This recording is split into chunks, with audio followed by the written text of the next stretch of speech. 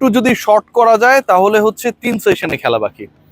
প্রত্যেক সেশনে যদি 30 ওভার করে ধরা হয় তাহলে বাংলাদেশ পাকিস্তান ম্যাচের 5th ডেটে আকাশ যদি ভালো থাকে, আজকে এবং গতকালকের মতো যদি বৃষ্টি না হয়, তাহলে 90 ওভার সর্বোচ্চ খেলা হবে।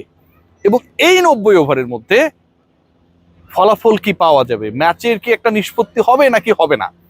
বাংলাদেশ দল এই মুহূর্তে যে স্ট্যাট নিয়ে আলোচনা করে ডেপথে ঢোকার চেষ্টা করব।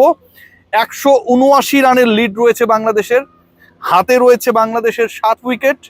আগামীকালের 90 ওভারকে যদি আমি সেপারেট করে ফেলি তাহলে বাংলাদেশ পরদিন একটা সেশনে যদি খেলে 30 ওভার যদি ব্যাট করে, এই 30 ওভার 180 বলের মধ্যে বাংলাদেশ যদি অন্তত 100 রান অ্যাড করতে পারে, আপনাদের মনে হতে পারে 7 উইকেট হাতে রেখে 30 ওভার ব্যাট করে কেন বাংলাদেশ মাত্র 100 রান করবে, এর থেকে বেশি করা উচিত। কেন আসলে আমি শঙ্কিত, কেন আসলে এমন একটা কনজারভেটিভ হতে যাচ্ছি, সেই আলোচনায় যাচ্ছি। তাহলে বাংলাদেশের লিড দাঁড়াবে 279, 280 রানের টার্গেট। 60 ওভারে পাকিস্তান সব ঠিক থাকলে যদি চেস করতে যায় তাহলে এই ম্যাচের ফল কি পাওয়া সম্ভব কিনা। এই মুহূর্তে ঢাকা টেস্ট যেই জায়গায় দাঁড়িয়ে, আজকের 4th ডের লাস্ট সেশনের খেলা যেভাবে শেষ হয়েছে, বাংলাদেশ যেভাবে ব্যাট করেছে, আমার কাছে মনে হয় যে বাংলাদেশের অ্যাপ্রোচ নিয়ে, বাংলাদেশের জয়ের পসিবিলিটি নিয়ে, বাংলাদেশের এই ম্যাচে জয়ের মাধ্যমে পাকিস্তানের এগেনস্টে টানা 3 টেস্ট জয়ের সম্ভাবনা নিয়ে আমাদের মধ্যে যতটা আসলে উচ্চাশা রয়েছে, ক্রিকেটাররা অথবা বাংলাদেশ ম্যানেজমেন্ট কিছুটা হলেও কনজারভেটিভ। কেন এ কথা বলছি, দেখুন বাংলাদেশের হাতে রয়েছে 7 উইকেট। আজকে বাংলাদেশ করেছে 152 রান, 3 উইকেটের বিনিময়ে বাংলাদেশ খেলেছে 50 ওভার 3 বল, এবং বাংলাদেশের দুজন ব্যাটার 50 করেছে, মানে দীর্ঘ সময় তারা উইকেটে ছিলেন। কিন্তু এই 50 ওভার খেলে বাংলাদেশ যে 152 করেছে, বাংলাদেশের রান তোলার যে গড় সেটা হচ্ছে প্রতি ওভারে 3.01, 3.01 বাংলাদেশের রান রেট। এখন আপনি একটা চ্যালেঞ্জিং টার্গেট দিতে চান প্রতিপক্ষকে, নাম্বার 1, এবং প্রতিপক্ষের বিপক্ষে আপনার বোলিং ডিপার্টমেন্টকে বল করানোর জন্য আপনি যত সম্ভব বেশি ওভার আপনার বোলারদেরকে দিতে চান।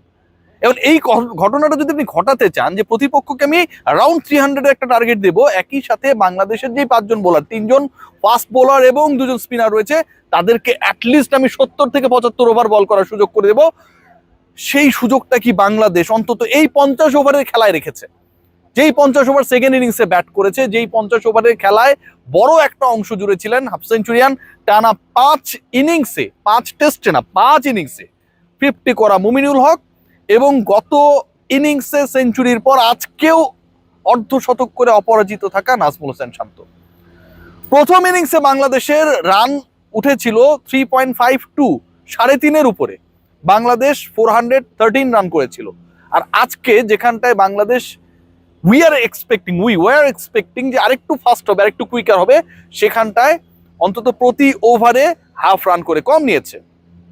3.52 করেও যদি বাংলাদেশ রান তুলতো তাহলে অন্তত আজকের দিনে বাংলাদেশের স্কোরটা আরো 25 রান বাড়তো। আর এই 25 রান বাড়লে বাংলাদেশ দিন শেষ করত 204 রানে এগিয়ে থেকে। সেটা হয় নাই। এই 20-25 রান, 50 রান, 3 করে রান তোলা, 3.5 কেন হতে পারলাম না, সেটাই আসলে এই টেস্টের ভাগ্য নির্ধারণে আমার কাছে মনে হয় একটা বড় রোল প্লে করবে। যে নাজমুল হোসেন শান্ত আমরা খেয়াল করে দেখি যে আগের ইনিংসে অলমোস্ট 78 স্ট্রাইক রেটে ব্যাট করেছিলেন, ফ্ল্যাশি শান্ত। আনফর্চুনেটলি আউট হয়ে গিয়েছিলেন, ইনিংসটাকে সেঞ্চুরির পরে আরেকটু বিগার করতে পারেন নাই। সেই তার আজকের ব্যাটিং স্ট্রাইক রেট যদি আমরা খেয়াল করি, সেটা অলমোস্ট 78 স্ট্রাইক রেটে ব্যাট করা শান্তর আজকের ব্যাটিং স্ট্রাইক রেট হচ্ছে 55.23, প্রায় 25-এর কাছাকাছি কম। সো বাংলাদেশ আসলে একটা ডিফেন্সিভ স্ট্র্যাটেজিতে অন্তত আজকের শেষ বিকেলটা শেষ করেছে। এই ম্যাচের রেজাল্টের ক্ষেত্রে বাংলাদেশের এই ডিফেন্সিভ স্ট্র্যাটেজি যতটা ভোগাতে পারে, রেজাল্ট যদি হয় সেটা বাংলাদেশের পরে আসবে, আই ডু স্ট্রংলি বিলিভ। একই সাথে বাংলাদেশের এই ডিফেন্সিভ স্ট্র্যাটেজির পাশাপাশি প্রকৃতির বৈরী আচরণ আমার কাছে মনে হয় একটা বিশাল নেগেটিভ রোল প্লে করেছে। গতকাল বৃষ্টি হয়েছিল, আপনারা সবাই জানেন। মিরপুরের আউটফিল্ড নিয়ে আউটস্ট্যান্ডিং ডিসকাশনস হচ্ছে, অসাধারণ, ওয়ার্ল্ডের টপ। এর বাইরে কোনো কথা হবে না। কিন্তু সমস্যার জায়গা যেটা, যে গতকালকে বৃষ্টি হয়েছে, অনেকগুলো ওভার ওয়াশ আউট হয়ে গেছে, আজকে 3 ঘন্টা 5 মিনিট খেলা হয় নাই। আপনি টি এর 20 মিনিটকে যদি মাইনাস করে ফেলেন এখান থেকে, তাহলে অন্তত 2 ঘন্টা 45 মিনিট খেলা হয় নাই।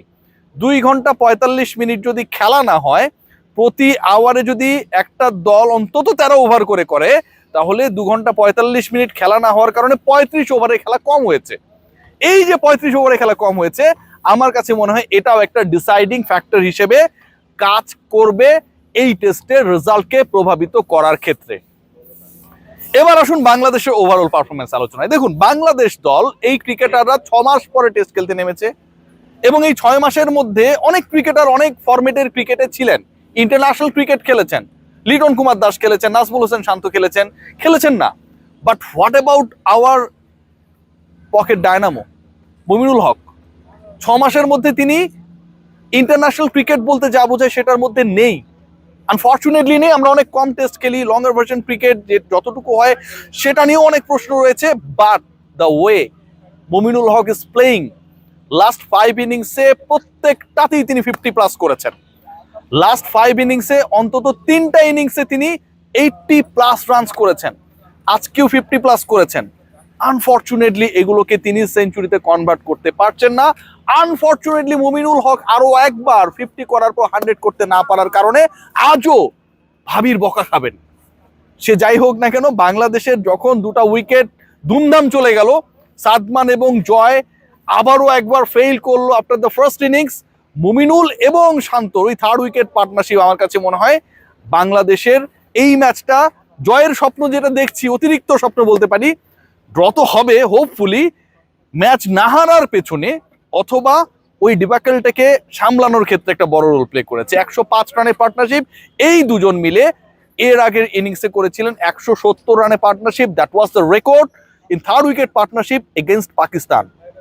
সো আরেকটা জায়গা রয়েছে যেটা নিয়ে আমরা অনেক বেশি আশাবাদী হতে পারি। গতকাল যে ডিসকাশনটা করেছিলাম যে আসলে 209 রান হচ্ছে এখানতে 4th ইনিংসে চেজ করার ক্ষেত্রে হাইয়েস্ট চেজিং, যেটা হয়েছিল এখন থেকে 16 বছর আগে, এবং ওই 16 বছর আগের যে রেকর্ডটা রয়েছে সেটাকে যদি আমরা মাথায় রাখি, বাংলাদেশ অলরেডি অলমোস্ট 180 করে ফেলেছে।